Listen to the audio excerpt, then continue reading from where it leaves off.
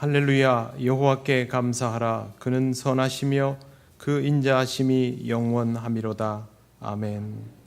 찬송가 21장 하나님께 찬양드립니다.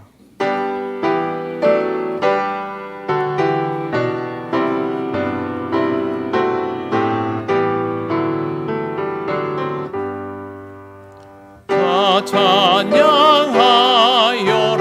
전능과 창조의 주께 내 호나 주 찬양 평강과 구원의 주님 성도들아 주 앞에 이제 나와 즐겁게 찬양하여라. 다 찬양하여라.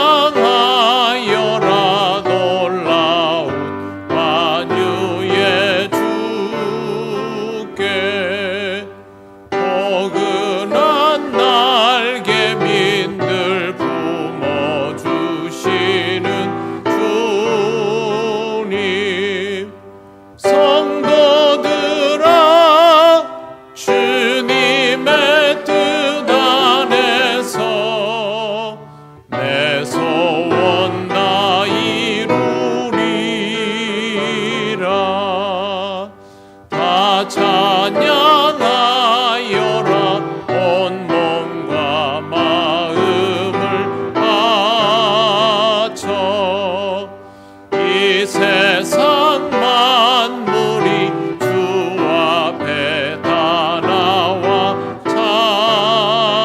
찬양. 성도들아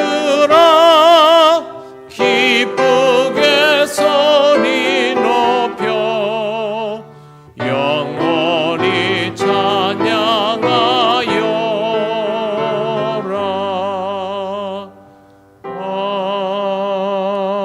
아멘. 성시교독 50번입니다.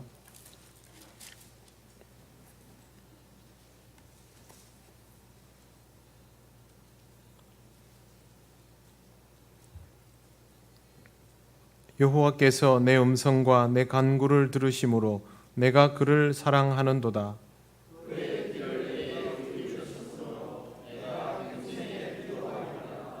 사망의 줄이 나를 두르고 수월의 고통이 내게 이름으로 내가 환난과 슬픔을 만났을 때에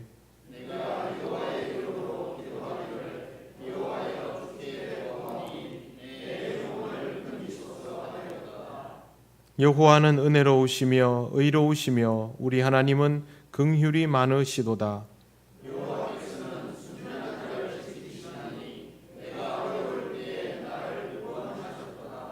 내 영혼아 내 평안함으로 돌아갈지어다. 여호와께서 너를 후대하심이로다.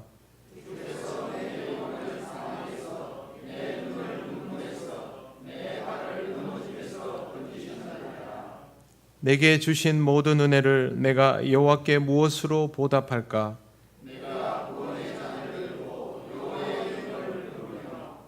여호와의 모든 백성 앞에서 나는 나의 서원을 여호와께 갚으리로다.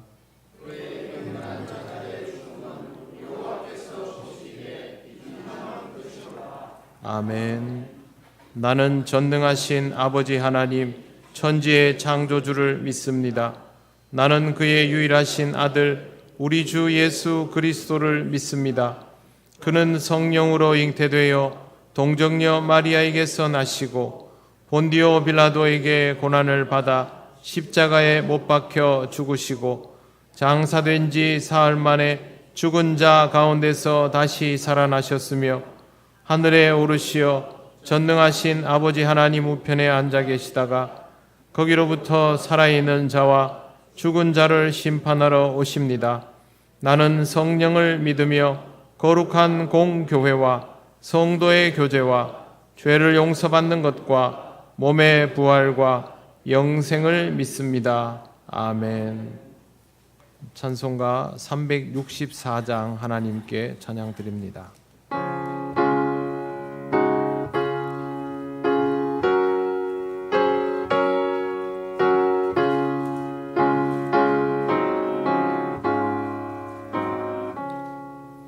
내 기도하는 그 시간 그때가 가장 즐겁다. 이 세상 근심 걱정에 얽매인 나를 부르사 내 진정 소원 주 앞에 낱낱이 바로 아뢰요. 큰 불행 당해 슬플 때 나 위로받게 하시네. 내 기도하는 그 시간 내게는 가장 귀하다.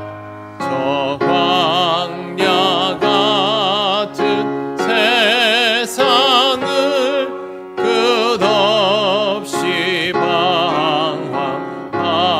방황하면서 위대한 길로 나갈 때 주께서 나를 이끌어 그 보좌 앞에 나아가 그 은혜 받게 하시네. 내 기도하는 그 시간 그때가 가장 즐겁다. 이때껏 지은 큰 죄로 내 마음 심히 아파도 참 마음으로 뉘우쳐 가슴 힘없이 아뢰면 주 나를 위해 옥주사 새 은혜 부어 주시네. 내 기도하는 그 시간 그때가 가장 즐겁다. 주 세상에서 일찍이 저 요란한 곳 피하여 빈들에서나 산에서 온 마음을 세워 지내사 주 예수 친히 기도로 큰 본을 보여 주셨네. 아멘.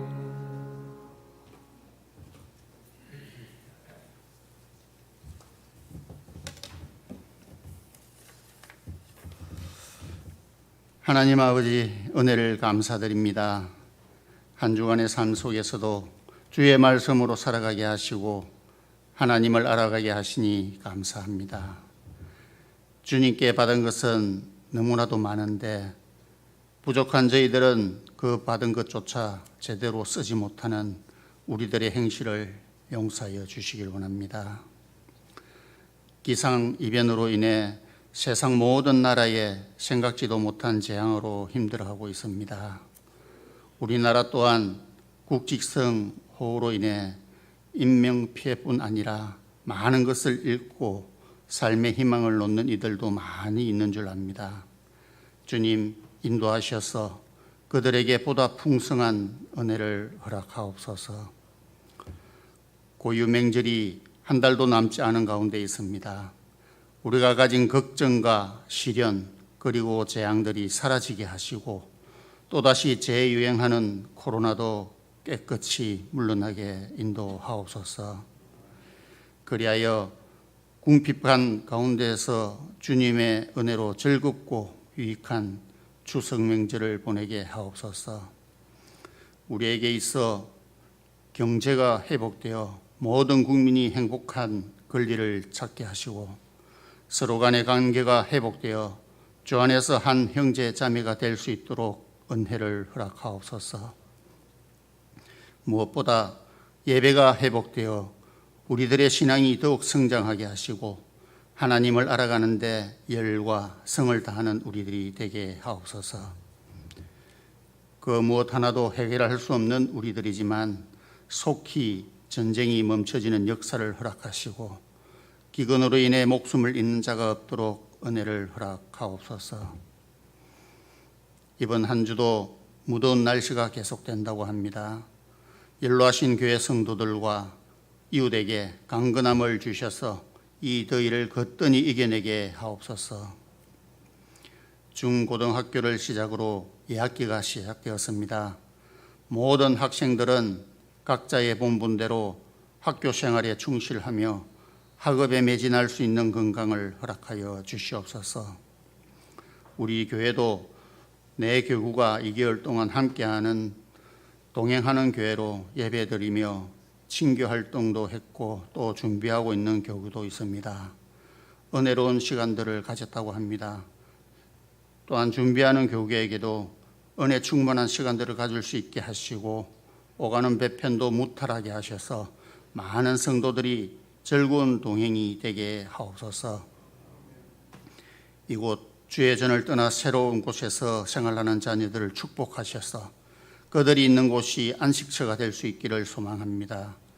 악한 무리들의 유혹에 빠지지 않게 하시고 오직 바른 길로 인도하셔서 걱정 근심하지 않도록 인도하여 주시옵소서. 단위에 세우신 목사님을 축복하시고 그 입술을 주장하셔서 성도 한 사람 한 사람 성령의 은혜를 부으시고 한 주간도 주의 은혜로 살아가게 하옵소서. 귀하신 예수님의 이름으로 기도드립니다. 아멘.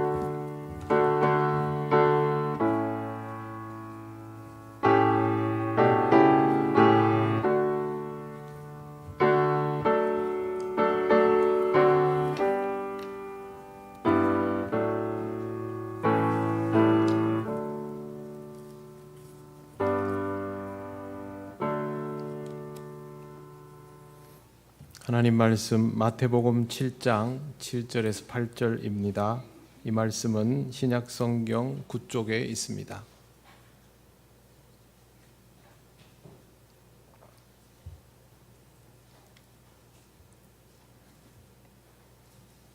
마태복음 7장 7절 8절 말씀을 봉독합니다.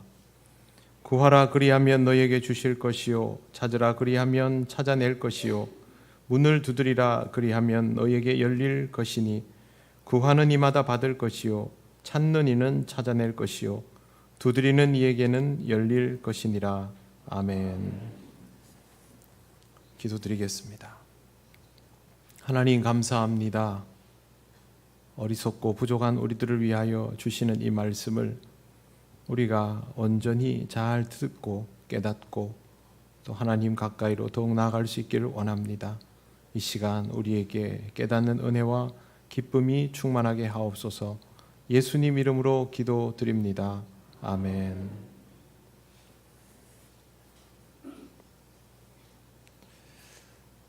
신앙생활을 함에 있어서 가장 실용적으로 할 수 있는 것이 무엇일까? 그것을 생각해 보면 제일 먼저 떠오르는 것이 기도입니다. 신앙생활에 기도만큼 실용적인 것은 없습니다.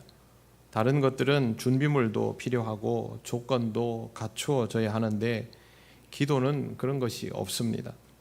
그냥 아무 장소, 아무 시간에나 할 수 있는 것이 기도입니다. 기도에 필요한 것은 오직 하나님을 향한 믿음뿐입니다. 그리스도인은 모두 믿음을 가지고 있는 사람들이니 그리스도인이라면 누구나 아무 때나 하나님께 기도할 수 있다는 뜻입니다. 그러면 누구나 예외 없이 기도 생활이 이루어져야 하는데 실제로는 그렇지가 않습니다. 생각보다 제대로 된 기도 생활 없이 신앙 생활을 영위하려는 경우가 많습니다. 물론 이렇게 하면 제대로 신앙 생활이 유지되기가 어렵습니다.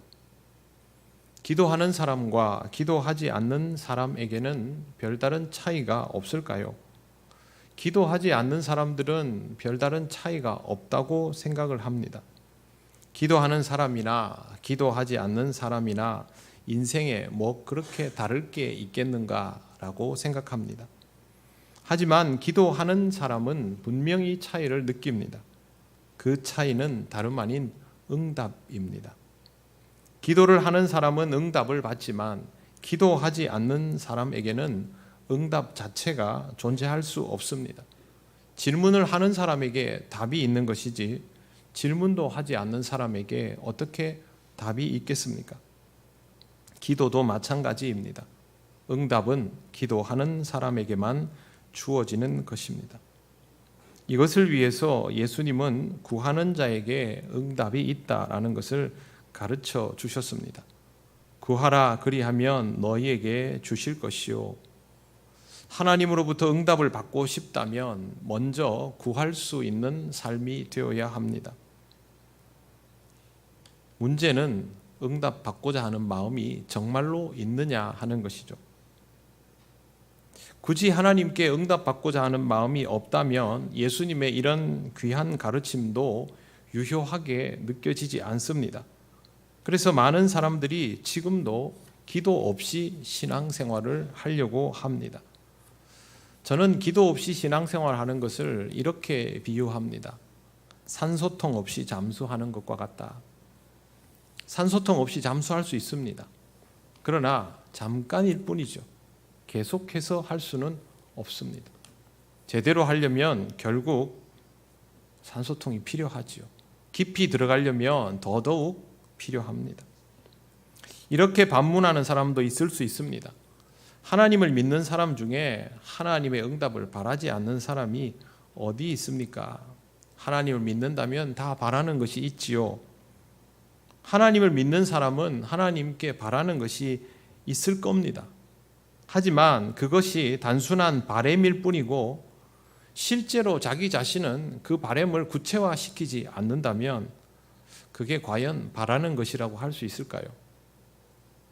지난 금요 기도회 때 창세기 32장에 나오는 유명한 사건을 함께 묵상했습니다. 야곱이 야복 강변에 있다가 하나님과 겨루게 되는 장면입니다. 야곱은 하나님께서 은혜를 베풀어 주실 것이다 라고 약속하신 것을 기억하면서 평생을 살았습니다. 그 말씀을 똑똑히 기억하고 있는 상태였습니다. 그런데 에서를 만나러 가면서 기도하기 전에 자신의 가족과 소유를 두 그룹으로 나뉩니다. 에서가 자기 가족을 전멸시키려 하더라도 한쪽은 살아서 도망갈 수 있도록 하기 위해서 방도를 마련한 것입니다. 그 다음에 하나님께 기도하며 하나님께서 은혜 베풀리라고 하신 것을 기억합니다. 하나님, 그것을 잊지 않으셨지요. 그 은혜를 우리에게 베풀어 주시옵소서라고 구합니다. 그렇게 하고 나서 가족을 먼저 보내었습니다. 하지만 정작 자신은 야복강을 건너지 못하고 되돌아옵니다. 야곱은 하나님의 은혜를 구한 것일까요? 아니면 구하지 못한 것일까요? 만나기로 하고 약속 장소로 가지 않아 버리면 그걸 만나고 싶어 한다라고 할 수 있을까요? 그렇게 말하기 어렵지 않습니까? 약속은 했지만 만나고 싶지는 않다라고 해석합니다. 마찬가지입니다. 야곱은 은혜를 간구한 겉모양과는 달리 실제로는 하나님의 은혜를 기대하지 않는 것이나 다름없는 상태를 유지하고 있습니다. 약속을 정해놓고 다른 약속을 잡아놓은 것과 같지요. 이 말은 하나님과의 약속은 지킬 생각이 아직 없다는 뜻입니다. 이렇게 되면 야곱은 하나님의 은혜를 바란다라고 해놓고도 그 은혜를 경험할 수 있는 자리로 나아가지 못하는 상태가 됩니다. 우리 신앙생활에 이런 일들이 참 자주 일어납니다. 대부분의 부모는 자식을 위해서 기도합니다.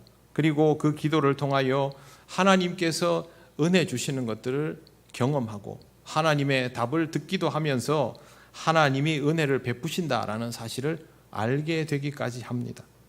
그럼에도 불구하고 내 자식을 오롯이 신앙적으로 키우지는 못합니다. 세상이 어떤 곳인데 신앙만으로 아이를 키운단 말인가? 그러다가 내 아이가 이 세상에서 적응력이 떨어지면 어떻게 할 것인가? 그래도 세상에 대한 적응력을 키워주면서 신앙도 열심히 가지도록 해줘야지. 하나님께서 응답해 주실 것이라고 말씀하셨지만 최소한의 대비, 만일이라는 게 있는데 거기에 대한 안배는 어느 정도 해두어야 하지 않겠는가? 이런 생각들을 가집니다. 과연 이런 부모가 자식을 신앙적으로 키울 수 있을까요? 어렵습니다. 이런 식이면 부모도 자식도 하나님께서 응답하실 약속의 자리로 나아가지 못하게 됩니다. 이와 같은 방식의 삶은 엄밀한 의미에서 하나님의 응답을 바라는 상태라고 할 수 없습니다. 구한다고 하였지만, 구하는 행동도 했지만 구하지 않는 것과 같은 상태였기 때문입니다. 야곱은 가족을 강 건너로 보내놓고 더 나아가지 못합니다. 도저히 나아갈 수 없었던 것이죠. 그러면 결국 약속을 파기하는 것이죠. 하나님을 신뢰하지 못하니 하나님과의 약속을 지키고 싶어도 지킬 수가 없게 되는 것입니다. 기도하였는데 그 기도에 합당한 단계로 나아가지 않으면 그것은 결국 자신이 하나님께 드렸던 기도를 무효화하는 것이고 기도가 멈추어지는 이유가 됩니다. 응답하실 하나님을 불신하는 상태가 된다는 것입니다. 이런 상태에서 기도가 될까요? 기도가 되지 않습니다. 기도하지 않는 것이 아니라 기도가 되지를 않습니다. 내가 기도하면 그 기도에 맞게 내 걸음도 옮겨져야 하는데 그렇게 옮기지 못하니 내게 진도가 나아가지 않으니 내가 하고 있는 기도도 거기서 중단이 되는 겁니다. 신앙생활 하면서 기도해야 된다는 것은 아는데 기도하고 싶은데 왜 기도가 되지 않을까? 그러면 여러분의 걸음이, 내 발걸음이 하나님께서 주시는 약속을 향해서 걸어가고 있는지부터 살펴보아야 합니다.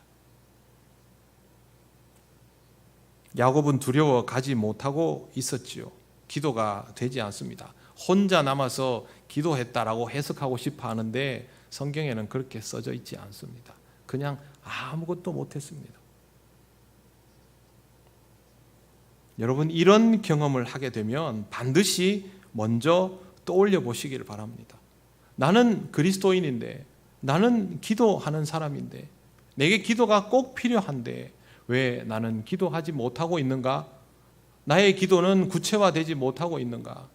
지금 내가 서 있는 자리가 어디인가부터 보시기 바랍니다. 여러분들은 틀림없이 하나님의 말씀의 위력을 실감하지 못하고 있는 상태일 것입니다. 하나님의 약속을 신뢰하지 못하고 있는 상태이기 때문에 그렇게 기도하지 못하는 겁니다. 기도는 실용적일 뿐만 아니라 실제성이 있습니다. 기도는 실질적인 것이죠. 그런데 내가 이걸 하고 있지 않다. 나에게 있어 기도는 실질적인 것이 아니라는 말입니다.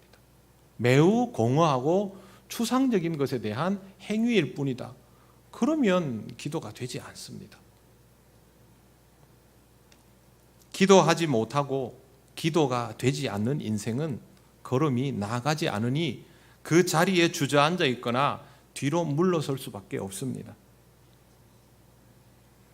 그런데 내가 나아가야 할 길로 나서지 않고 그 자리에 주저앉아 버리거나 뒤로 물러서면 하나님은 찾아와서 싸움을 거십니다. 내가 기도하지 않고 살아도 별 문제가 없도록 내버려 두시지 않습니다. 세상 사람들은 그냥 잘 사는데 그들은 아직 하나님의 부르심을 받지 않은 상태 아닙니까? 나는 하나님께 내 삶을 내어드리고 하나님과 함께 가기로 한 사람들 아닙니까? 그런 우리들이 그냥 가만히 있는데 하나님께서 내버려 두실 리 없습니다. 하나님의 약속과 은혜를 알고 있는 사람이라면 하나님은 그것을 깨우칠 수 있는 과정을 주십니다. 야곱이 야복 강변에서 정체를 알 수 없는 대상과 싸우게 된 것이 바로 그와 같은 경우입니다. 성경에는 씨름이라고 되어 있지만 실제로 이것은 싸움이었습니다. 격투라고 보아야 하겠죠. 신학자들은 예외 없이 야곱의 이 씨름에서, 싸움에서 기도를 발견합니다. 그렇게 막연하게 느껴지는 대상, 아직은 실체를 제대로 이해하지 못하는 대상과 싸우는 것이 기도의 출발이기 때문입니다. 기도는 답을 알아서 하는 것이 아닙니다.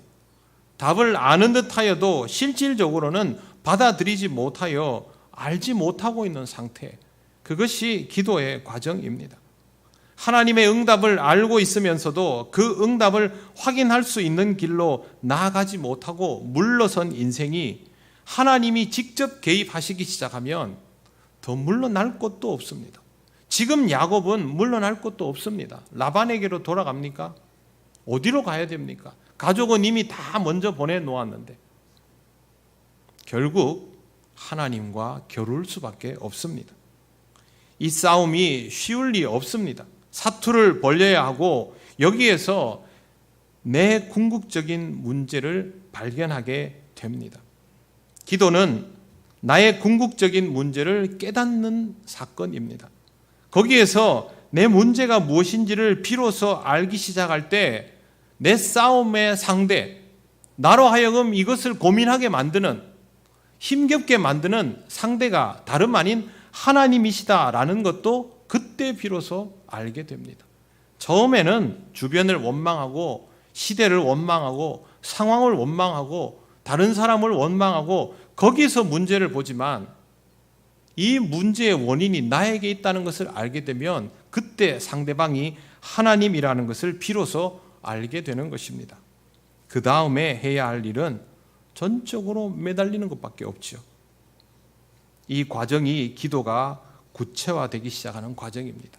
야곱은 옛날부터 하나님과 대면하고 기도하던 사람이죠. 잠자리를 얻기 위해 기도하고 양떼를 얻기 위해 기도하고 또 에서를 피하기 위해서 기도하였습니다. 그런데 그의 인생의 문제는 그런 것들이 아니죠. 그것을 알게 될 때 매달리게 되는 것입니다. 여러분이 어떤 기도를 하더라도 그 기도는 결국 내 삶의 궁극적인 문제로 나아가게 되어 있습니다. 기도가 깊이 들어가지 못하면 계속 지역적인 문제를 구하고 하나님이 말씀하실 때는 귀를 닫아버리는 그런 수준에서 반복됩니다. 그래서 하나님 주시옵소서, 주시옵소서만 열심히 하고 하나님이 말씀하시려고 하면 기도 끝내버리는 거죠. 이런 인생은 성장하지 않습니다. 그러나 기도가 깊어지기 시작하면 하나님께 구하다가 하나님께 구해야 할 것들이 이것들이 아님을 알게 되죠. 내 안에 있는 나의 죄, 내 한계, 내 문제들을 보면서 그것들을 끄집어 내놓기 시작하면 그걸 들으시는 하나님을 경험하기 시작하는 것입니다. 이게 기도가 구체화되는 것입니다. 하나님께서 야곱에게 치명타를 입히셨음에도 불구하고 야곱은 씨름의 대상을 놓아주지 않았습니다. 그리고 축복해 달라고 합니다. 아직은 완벽히 이해하는 대상이 아니기 때문에 그렇게 축복을 구하는 것이죠. 이제 야곱은 비로소 구하기 시작했습니다. 살려달라는 것이 아니었습니다. 에서를 피하게 해달라는 것이 아니었습니다. 이 궁극적인 간구함에 응답을 야곱은 받았습니다. 창세기 32장 28절은 우리가 잘 아는 내용인데 제가 읽어보겠습니다. 그가 이르되 내 이름을 다시는 야곱이라 부를 것이 아니요 이스라엘이라 부를 것이니 이는 내가 하나님과 및 사람들과 겨루어 이겼음이니라. 이제 그의 이름은 야곱이 아니라 발꿈치를 잡은 자가 아니라 승리하는 자입니다. 그런데 그냥 승리가 아니죠. 하나님과 함께 승리하는 자, 이스라엘입니다. 여기에서 야곱은 확실하게 아는 것이죠. 내 이름이 이스라엘이 되는 것은 하나님이 함께 하시기 때문에 가능한 것이다. 그걸 알게 된 것입니다. 기도의 과정에서 두 가지를 꼭 기억하시기 바랍니다. 첫째, 구하지 않고 물러서는 인생에 하나님은 싸움을 걸어 오신다라는 것. 이것 때문에 우리의 인생은 사투의 과정으로 들어가게 되는데 그때 내 상대가 세상이 아니라 하나님인 것을 알아차려야 하고 하나님과 부대껴야 합니다. 그리고 이것이 본격적인 기도의 과정으로 들어가게 되는 것입니다. 여기서는요, 묻고 따지고 울고 불고 원망해도 됩니다.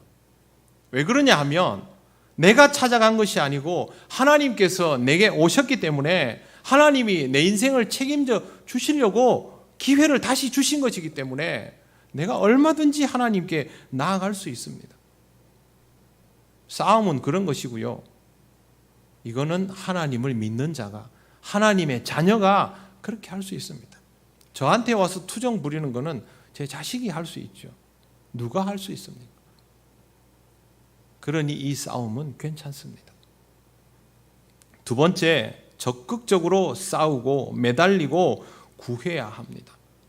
기도는 신용하는 것이 아닙니다. 다른 사람들이 다 기도 생활 한다고 하니까 나도 뭐 교회 다니면 그렇게 해야지. 그건 기도가 아닙니다. 기도에 꼭 있어야 하는 것은 절박함입니다. 더 뒤로 물러날 수 없기에 내 앞에 다가오는 이와 상대하는 것이 기도입니다. 어중간하게 기도를 생각하는 사람은 응답도 그만큼 미루어질 수밖에 없다는 것을 기억하시기 바랍니다. 여러분 기도 생활 하시면 지금 내가 하나님께 지속적으로 묻는 것이 무엇인지 스스로 알고 있을 겁니다. 하나님께서 내게 끊임없이 요구하는 것이 무엇인지도 여러분들은 선명하게 알면 아주 좋겠고요. 그렇지 않더라도 어렴풋이라도 알고 계실 겁니다. 아마 여러분들은 그것을 피하여 간구하고 싶어 할 것이고 하나님은 다시 그것을 피하여 계속 여러분에게 요구하실 겁니다. 그게 싸우는 거죠. 이 정도는 알고 있어야 됩니다. 내가 하나님께 구해야 하는 것이 무엇인지를 서서히 알아가는 과정 아닙니까? 그래서 하나님께 구할 것과 하나님으로부터 들어야 할 것, 하나님의 뜻이 무엇인지를 알아가면서 더욱 구체적으로 하나님이 나를 통하여 이루려 하시는 것과 그러기 위해서 내가 하나님께 구할 수 있는 것들이 무엇인지를 선명하게 보아 나가는 것이죠. 이걸 하는데 어떻게 적극성이 없을 수 있습니까? 만약에 이런 것들을 모른 채로 교회를 왔다 갔다 하고 있다면 지금 여러분은 어중간한 삶을 살고 있는 겁니다. 그렇게 어중간한 삶을 사는 것은 야곱과 겨루던 이가 떠나려고 놓아달라고 하지 않습니까? 그러면 놓아주는 겁니다. 나는 아직 구하지도 못했는데 해결을 못 받는데 놓아줘버리면 어떻게 합니까? 하나님께서 주시는 답을 납득할 수 없으면 하나님의 답을 선명히 이해하지 못하는 상태라면 계속 매달려야죠.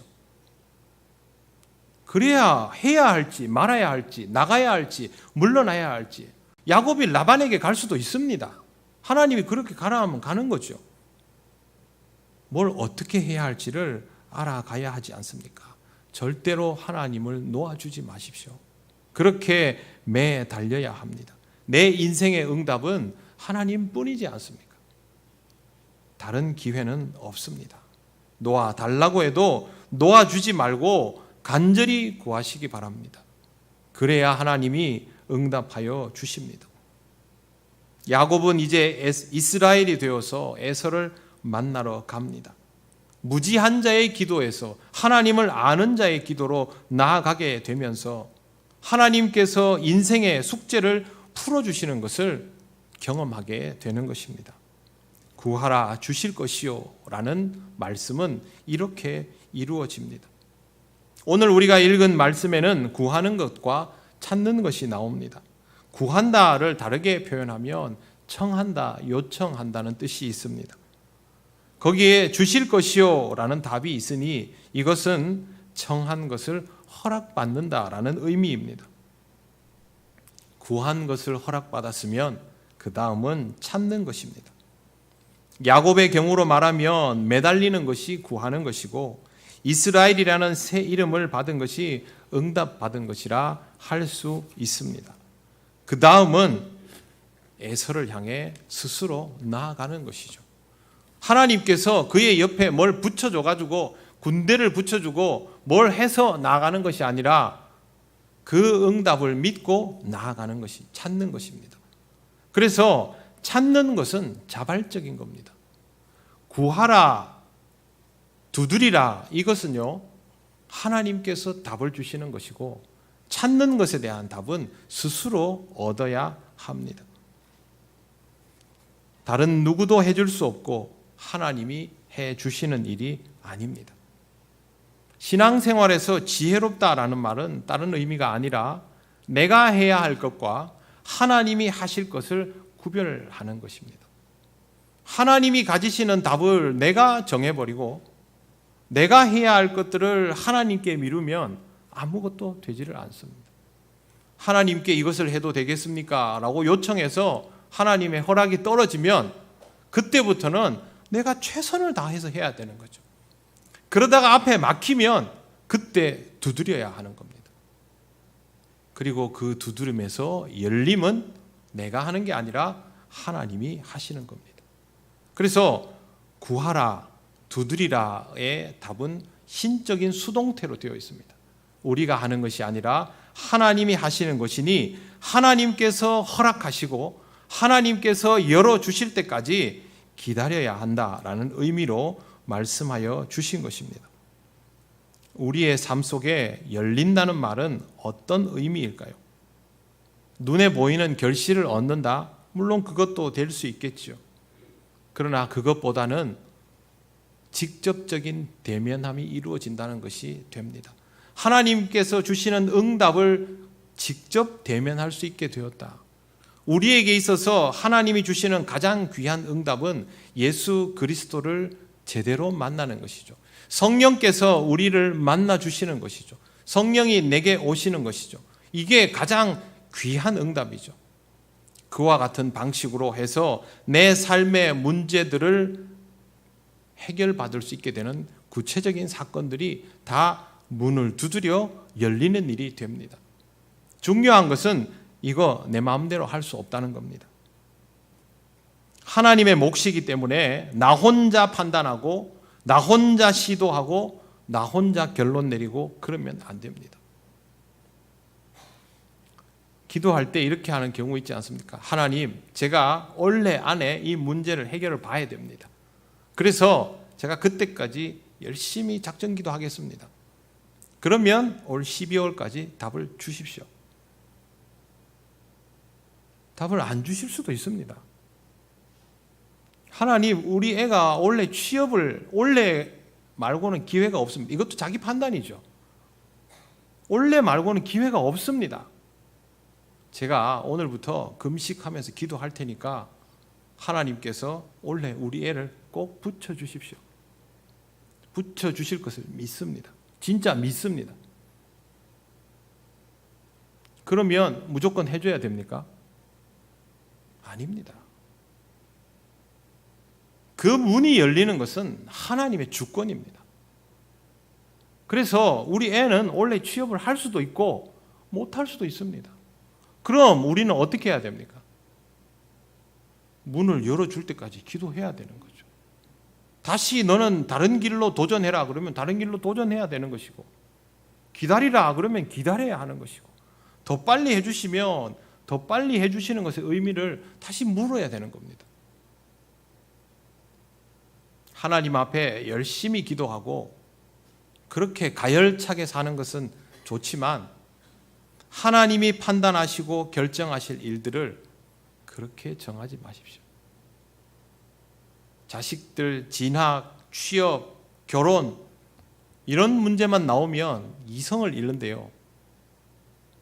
그때도 항상 그렇게 기도하시기를 바랍니다. 하나님께서 답을 주실 때까지 저는 두드리겠습니다. 열어주실 때까지 두드리겠습니다. 그런 마음으로 기도할 수 있어야 합니다. 이렇게 대답할 수도 있습니다. 시간이 지나면 원래 아니라도 언젠가는 될 일 아니겠습니까? 근데 굳이 그렇게 기도할 필요가 있을까요? 그렇게 기도하고 있어야 그 일이 이루어질 때 하나님이 하신 일인 것을 명백히 받아들이게 됩니다.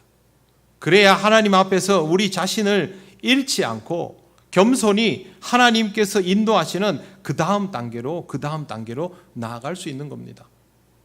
구하고 찾고 두드리는 일은 우리의 인생에서 한 번 이루어지는 일이 아닙니다.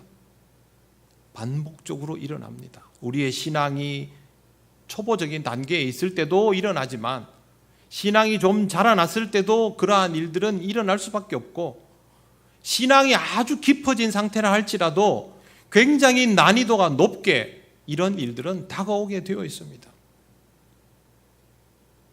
그러니 하나를 가지고 답을 우리 스스로 내놓고 우리 스스로 시기를 정하고 방향을 정하고 판단해 버리면 안 된다는 겁니다.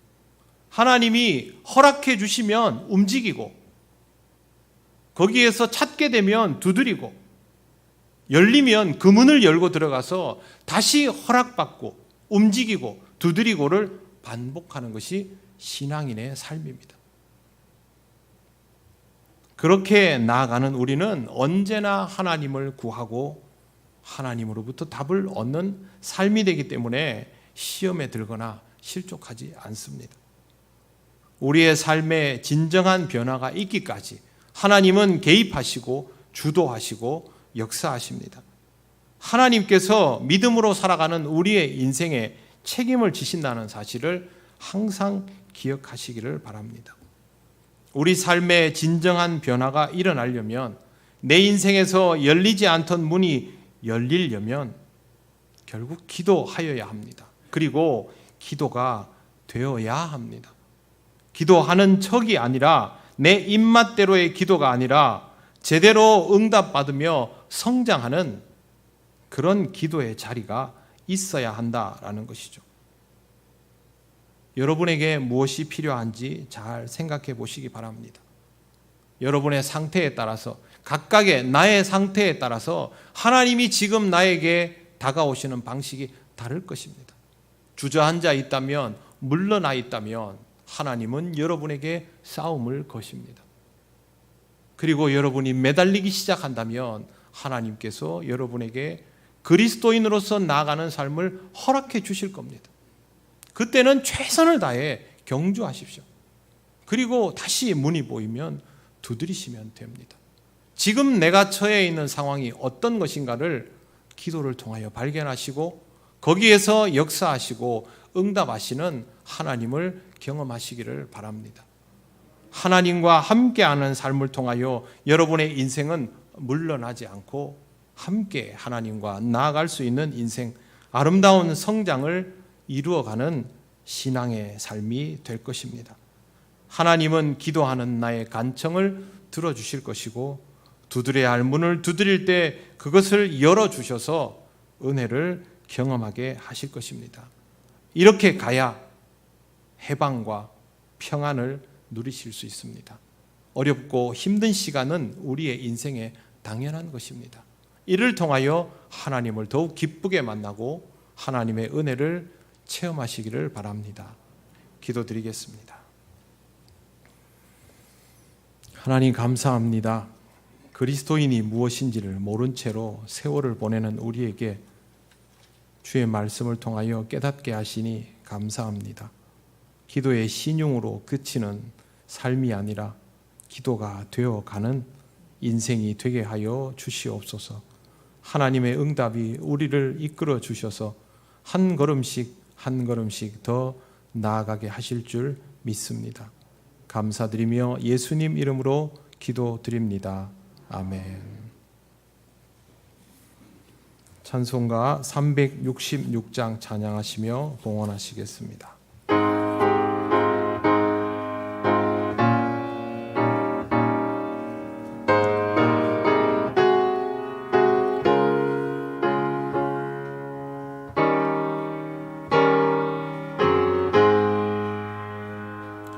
어두운 내 눈 밝히사 진리를 보게 하소서. 진리의 열쇠 내게 주사 참빛을 찾게 하소서. 깊으신 뜻을 알고자 엎드려 기다리오니 내 눈을 뜨게 하소서. 성령이여 막혀진 내 귀 여시사 주님의 귀한 음성을 이 귀로 밝히 들을 때에 내 기쁨 한량 없겠네. 깊으신 뜻을 알고자 엎드려 기다리오니 내 눈을 열어주소서.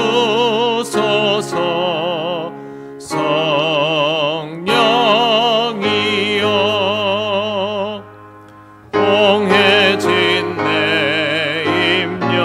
임여시사 복음을 널리 전하고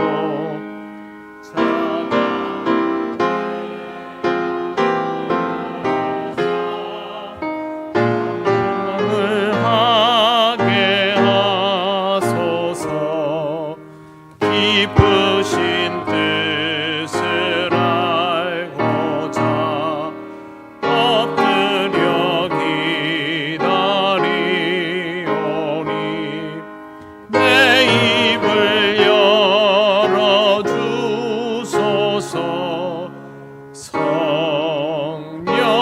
성령이여 하나님 감사합니다. 오늘도 하나님 주신 예배를 기쁘게 허락받아 드리며 이 시간 예물을 드립니다. 하나님 앞에 늘 기쁨으로 감사함으로 봉헌할 수 있는 우리가 되게 하여 주시옵소서. 다음 한 주간도 우리 동경교회에 속한 모든 성도들의 삶을 지켜주시기를 원합니다. 우리는 부족함을 많이 느끼는 사람들이오니 하나님의 은혜로 채우시고 그 은혜인 것도 잊지 않도록 인도하여 주옵소서. 예수님 이름으로 기도드립니다. 아멘.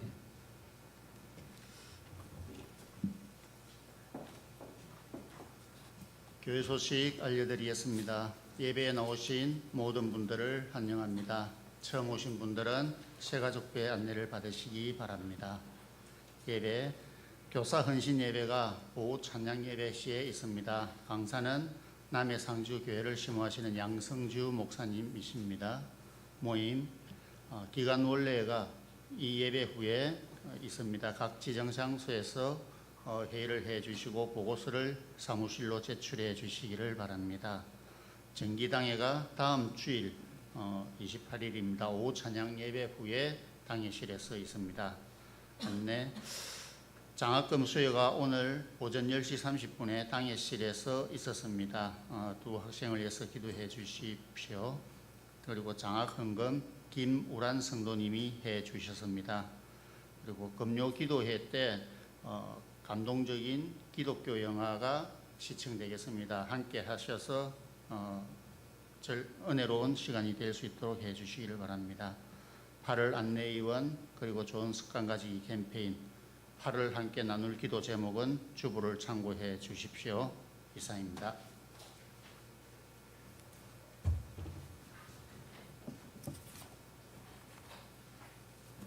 네, 오늘 등록하신 세 가족 있습니다. 우리 김수곤 집사님 인도하신 박대식 집사님, 우리 교회 계속 오셔서 함께 예배드리고 오늘 등록을 하셨습니다. 잠깐 일어나 주시겠습니까? 네, 먼저 기도 드리겠습니다. 하나님께. 하나님 감사합니다. 우리가 함께 믿음 안에서 동역할 수 있는 우리 집사님 보내어 주셔서 하나님 안에서 함께 예배하며 아름다운 동행을 이루어 갈 수 있도록 길을 열어주심을 감사합니다. 하나님께서 귀한 신앙의 경험이 있게 하시고 또 주님 쓰시기에 좋은 일꾼으로 살아가게 하시고 우리와 함께 아름다운 성장을 이루어 가게 하옵소서. 감사드리며 예수님 이름으로 기도드립니다. 아멘. 박수로 환영하시겠습니다.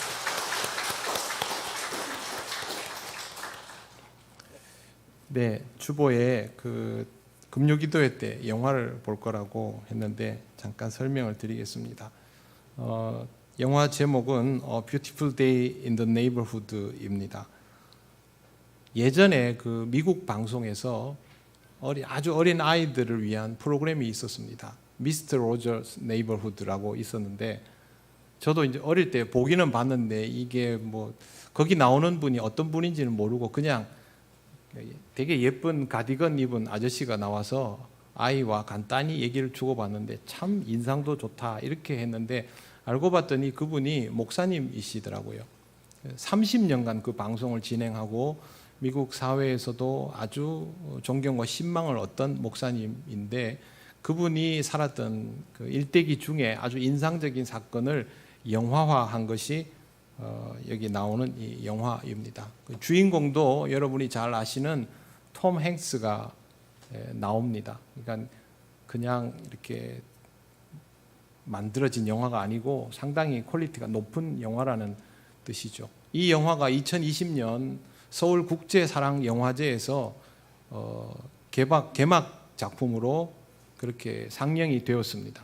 그만큼 비중이 있는 작품인데 요즘은 너무 자극적인 영화들이 많다 보니까 상업적으로는 아마 주목을 많이 끌지 못했던 것 같습니다. 우연히 이 영화를 알게 되어서 여러분들과 한번 볼 수 있으면 좋겠다라고 생각했는데 마침 또 여름에 조금 또 여러 면에서 힘겨운 여름을 보내시는 여러분들과 함께 금요일 저녁에 기도회를 한 주 쉬면서 같이 영화를 보면 좋겠다라는 생각으로 준비를 하였습니다.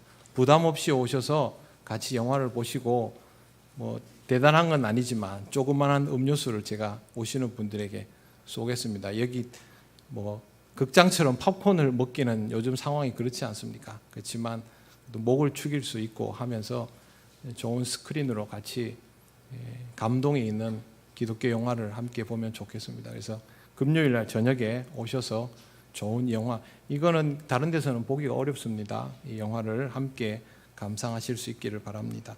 앞으로도 좋은 작품들이 있으면 간간히 여러분들에게 소개하도록 하겠습니다. 이제 자리에서 일어나셔서 예배드린 교우들과 인사 나누시겠습니다. 처음 오신 분, 또 여행 오신 분들과도 인사 나누시겠습니다.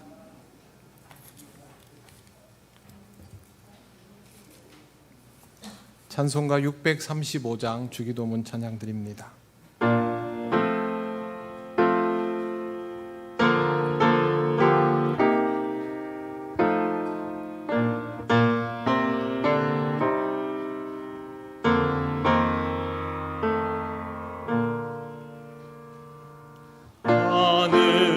하늘에 계신 아버지 이름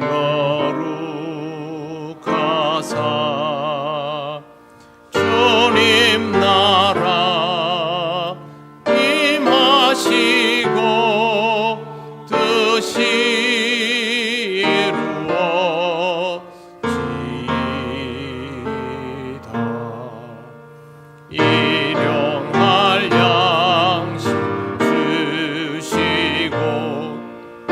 우리들의 큰 죄 다 용서하옵시고 또 시험에 들게 마시고 악에서 구원하소서.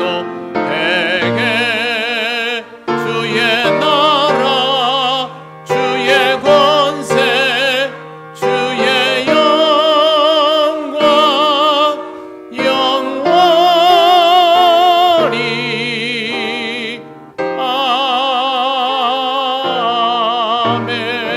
아멘. 우리 주 예수 그리스도의 크신 은혜와 하나님 아버지의 놀라우신 사랑과 성령님의 교통하시고 인도하여 주심이 하나님과 대면하며 기도가 되는 자의 삶을 살아가기를 원하는 이 시간 예배하는 권속들 위에 영원토록 함께 하시기를 간절히 축원하옵나이다. 아멘.